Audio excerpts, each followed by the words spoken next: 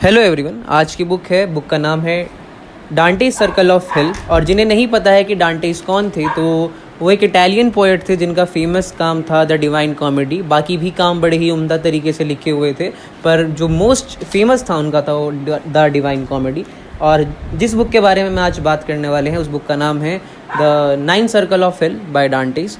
और जिन्हें नहीं पता है कि नाइन सर्कल ऑफ हेल क्या है, तो डांटेज ने बड़े ही पोएटिक वे में हमारे सिन, हमारे जो भी पाप हैं, उन्हें एक्सप्रेस किया था और उनकी पनिशमेंट एक बुक में लिखी थी जिसका नाम था द सर्कल्स ऑफ हेल। और जिन्हें हिस्ट्री में बहुत इंटरेस्ट है, उनके लिए ये बुक बहुत ही, क्या कहते हैं उसे, कि उम्दा रहेगी जिन्हें हिस्ट्री में इंटरेस्ट है। बाकियों के लिए जिन्हें पोएम्स या पोएटिक एक्सप्रेशंस बुक में इतने अच्छे नहीं लगते हैं, तो वो थोड़ा अवॉइड कर सकते हैं। पर जिन्हें अच्छी लगती है कि उन्हें कहानियाँ पोएम्स के थ्रू पढ़नी है, तो उनके लिए ये बेस्ट बुक हो सकती है। जैसे एक बहुत प्यारी लाइन थी उस बुक के अंदर, मैं तुम्हें पढ़ के बताता हूँ। पहले ये गेट्स ऑफ हेल में जब डांटेज उस हेल के गेट को क्रॉस कर रहे होते हैं, या जब वो एक्सपीरियंस कर रहे होते हैं, तो उन्होंने एक लाइन लिखी थी कि we now have come where as I have said you will see in suffering the souls of those who have lost the good that intellect desires to win. और मुझे ये चीज़ थोड़ी समझने में टाइम लगी थी, क्योंकि कहीं ना कहीं मेरी इतनी पोएटिक अप्रोच नहीं है। पर यह है कि ये बड़ी ही प्यारी लाइन है। लाइक तुम समझ पाओगे, जो पोएम्स पढ़ते हैं, जो पोएम्स लिखते हैं, उनके लिए ये एक जेम की तरह होगी। जैसे एक लाइन और भी थी जो मुझे बहुत अच्छी लगी थी उसके अंदर, एक सेकेंड, ये थी, here is no hope of any comfort ever neither of respite nor of a lesser pain. ये लस्ट के उसमें थी। अब मैं तुम्हें बताता हूँ कि नाइन सर्कल ऑफ हेल थे क्या। तो पहला जो सर्कल था हेल का, वो था लिम्बो। दूसरा था लस्ट, तीसरा था ग्लॉटनी, और चौथा ग्रीड, पांचवा एंगर, छठा हेरेसी, और सातवां वायलेंस, आठवां फ्रॉड, और आखिरी ट्रेचरी। अब इन जो मेन है, जो in nine circles of hell है, ये क्या डिस्क्राइब करते हैं। मैं तुम्हें वो चीज़ नहीं बता रहा हूँ जो बुक के अंदर का कंटेंट है, क्योंकि फिर वो स्पॉइलर की तरह हो जाएगा। मैं चाहता हूँ कि तुम वो खुद पढ़ो। पर जो तुम्हें मैं समझाना चाहता हूँ कि ये बुक तुम पढ़ो क्यों। तो जिन्हें समझना है कि हाँ, कि हेल कैसे एक्सपीरियंस कर सकते हैं इंसान।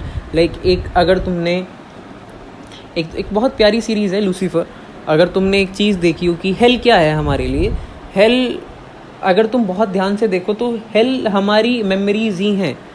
अगर एक सीन होता है उसमें, जब वो हेल जाता है लूसीफर वापस, तो वो देखता है कि हेल ये नहीं है कि तुम्हें कोई उसमें तल रहा है, कढ़ाई में तल रहा है, या तुम्हें कोई मार रहा है, पीट रहा है। नहीं, हेल मेरे हिसाब से ये है, और उस कहानी के हिसाब से ये है कि हम अपने ही जो पाप होते हैं उन्हें हम वापस दोहराते रहते हैं, और उसी का गिल्ट। हेल क्या है, आप किसी इंसान के लिए आसमान में जाकर भी हेल नहीं हो सकता, किसी इंसान के लिए धरती पर रहकर भी वो हेल हो सकता है, क्योंकि हमारा जो गिल्ट होता है, हमें वो इतना मारता रहता है हर दिन। क्योंकि सबसे आसान तरीका, अगर तुम किसी इंसान को बुरा फील करवाना है, तो सबसे आसान तरीका यही है कि तुम उसे रोज़ गिल्ट फील कराने लग जाओ, जिस चीज़ का उसने वो पछतावा, और जो वो चीज़ उभरना चाहता है वो इंसान उस चीज़ से, और तुम उसे बार बार वही चीज़ें याद दिलाते रहो, तो तुम्हें रियलाइज़ होगा कि उसकी लाइफ कहीं ना कहीं टूटने लगती है। और एक टाइम बाद ऐसा आता है कि वो उसी लूप में फंसा रहता है। और ज़्यादातर तुम देखा होगा कि जो इंसान दुखी रहता है, वो हमेशा एक गिल्ट ट्रिप में रहता है कि मैं ये नहीं कर पाया, मैं ये कर सकता था, रिग्रेट, ये सारी चीज़ें यही हैं। तुम्हें ये रियलाइज़ हो जाए कि जिस दिन हेल क्या है, अगर तुम आज डीपर एक्सपेक्ट पर देखोगे, तो तुम्हें पता लगेगा कि हेल हमारे कर्म ही हैं, जो कि बार बार दोहराते रहते हैं। जैसे तुमने आज कुछ गलत काम कर दिया, जो भी हो सकता है, XYZ कुछ भी हो सकता है वो। अब उसके दो तरीके हैं, या तो तुम उस चीज़ से ऊपर आ जाओ, या तुम उस चीज़ से नीचे चले जाओ। पर तुम उसे दोहराओगे नहीं ना। और जो सुसाइड्स होती हैं, या जो चीज़ें काफ़ी होती हैं जो कि इंसान को मरने पे मजबूर कर देती है, वो उसके कर्म ही होते हैं। वो रियलाइज़ करता है कि यार ये काम मैं गलत करता आ रहा हूँ ज़िंदगी भर, और मैं वापस से ही काम करा जा रहा हूँ। तो उसमें यही था, उसमें वो हेल जो बता रहा था, वो हेल यही था कि वो जो उसने गलत कर्म करे थे अपनी ज़िंदगी में, वो वापस दोहरा रहा था। हालांकि वो मर चुका था, पर वो वापस से उसी चीज़ को फेस कर रहा था, और वही एक हेल है। तो मेरा यही मानना है कि हेल यही चीज़ है। और डांटेस ने बहुत प्यारे तरीके से चीज़ें समझाई हुई हैं।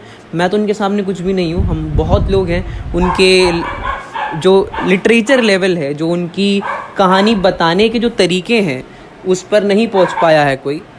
तो वो लिटरेचर का जो लेवल है उस इंसान का, वो मुझे नहीं लगता कि इतना अच्छा किसी और का हो। नहीं, बाकी भी जो है वो भी अच्छे हैं, पर मैं तुम्हें एक कंपैरेटिवली बता रहा हूँ आज के समय में। तो वही चीज़ कि उन्होंने जिस तरह से उस पोइटिक वे में समझा रखा है, तुम्हें पढ़ने में मज़ा आएगा, तुम्हें समझने में मज़ा आएगा। और जब तुम समझ जाओगे, तुम्हें रियलाइज़ भी होगा कि वो इंसान कहना क्या चाहता है।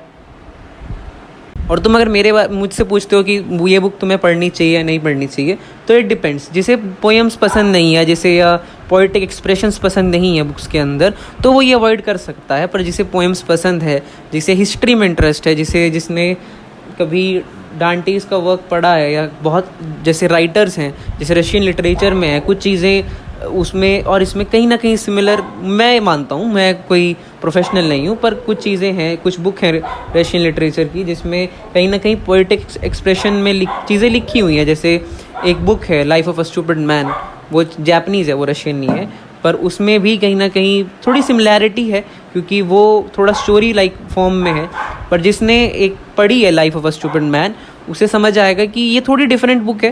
मैं तुम्हें एक रेफरेंस दे रहा हूँ सिर्फ, मैं तुम्हें ये नहीं कह रहा हूँ कि दोनों सेम है या सिमिलर है। दोनों बहुत अलग हैं। एक वो चीज़ समझाना चाहते हैं, वो समझा रहे हैं स्टोरी फॉर्म में। और जो ये बुक है, जिस बुक की 9 सर्कल ऑफ हेल, इस बुक में सबसे बड़ा डिफरेंस यही है कि इसमें कोई स्टोरी नहीं है, पर वो जो स्टोरी है वो एक पोएम के थ्रू है। तो वो चीज़ तुम्हें थोड़ा डिफ़िकल्ट लग सकता है समझने में, पर अगर तुम पढ़ना चाहते हो, ज़्यादा बड़ी बुक नहीं है, ज़्यादा महंगी बुक भी नहीं है, तो तुम आराम से परचेज़ कर सकते हो और तुम पढ़ सकते हो इस बुक।